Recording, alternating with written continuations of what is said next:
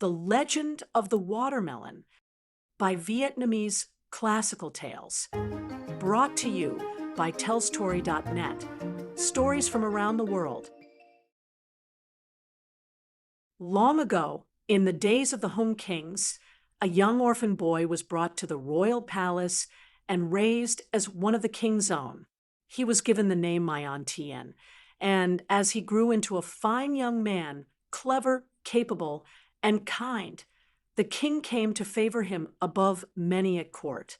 He was given a devoted wife, a comfortable home within the palace walls, and a respected place in the kingdom.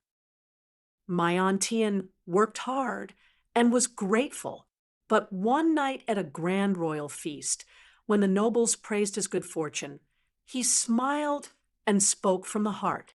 All that a person has comes from heaven's will. If fate decrees it, a man can make his own way, even with nothing but his own two hands.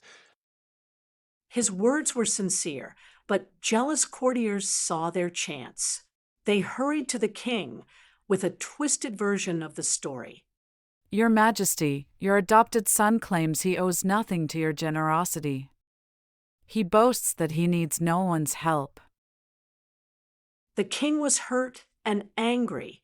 Without asking his son to explain, he issued a stern decree. My Tien, his wife, and their young children were to be exiled to a remote and uninhabited island far out at sea. They would be given only a small boat, a little rice, and a few simple tools. The royal boat left them on a windswept shore and did not look back.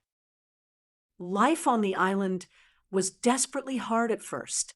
The family built a rough shelter from bamboo and palm leaves. They fished in the shallows, dug for roots, and rationed every last grain of rice. Some nights the children cried from hunger, and the ocean's silence made the loneliness feel heavier than stone.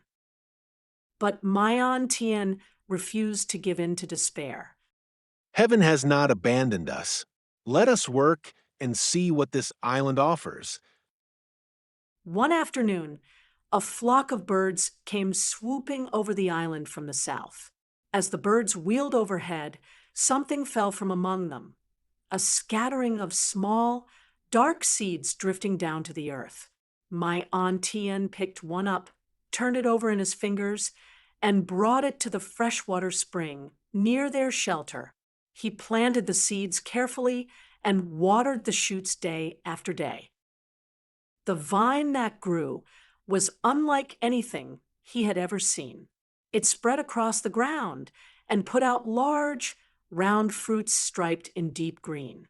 When one rolled off the vine and cracked open on a rock, bright red flesh glistened inside, wet, sweet-smelling, and cool to the touch. He tasted it cautiously. Then he called his wife and children. They had never eaten anything so refreshing. The juice was sweet and cooling in the tropical heat, and the seeds could be saved and planted again.